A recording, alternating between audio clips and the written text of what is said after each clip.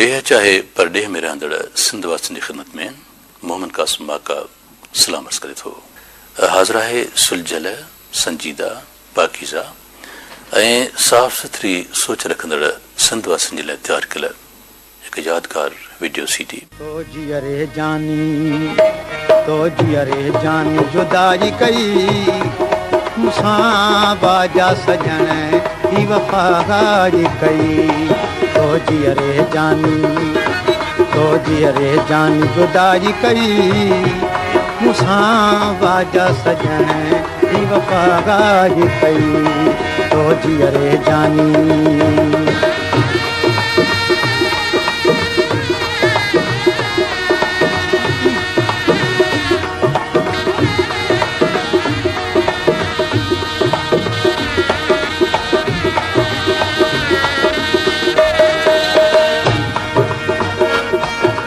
तो काबे सजण भुंजी कान हली तोसां काबे सजण भुंजी कान हली तो कान छॾी भुंजी काबे गली तो कान छॾी भुंजी काबे गली जा तोखे वणी सा यार भली जा तोखे वणी सा यार भली। तो पंहिंजी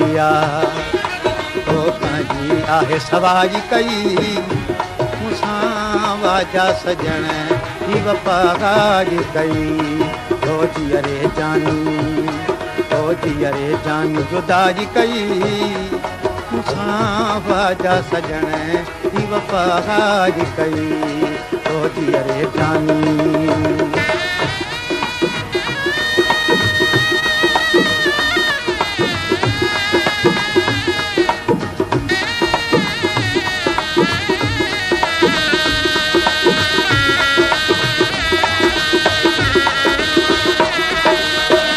याद करे थो रोज़ रुआं तोखे याद करे थो रोज़ रुआं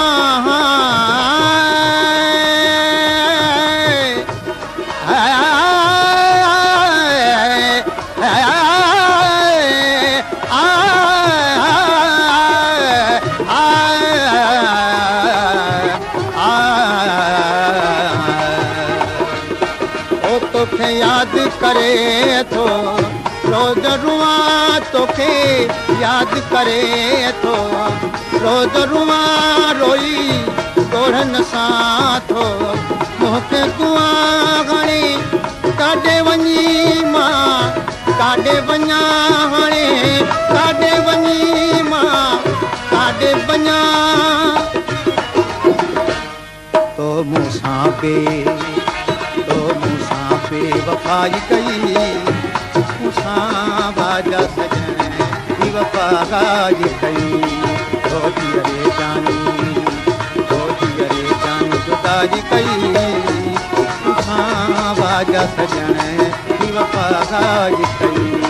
तो जियरे जानी तुंहिंजो ख़ादिम आहियां यार सजण तुंहिंजो ख़ादिम आहियां यार सजण मुंहिंजा मोहब बिठा मन यार सजण ऐं जानी जी जा यार सजण ऐं जानी जी जा यार सजण।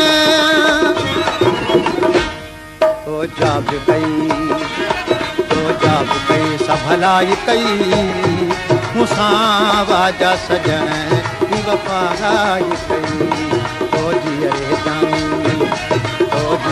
जानी जुदाई कई मुसां वाजा सजण ही वफ़ादारी कई।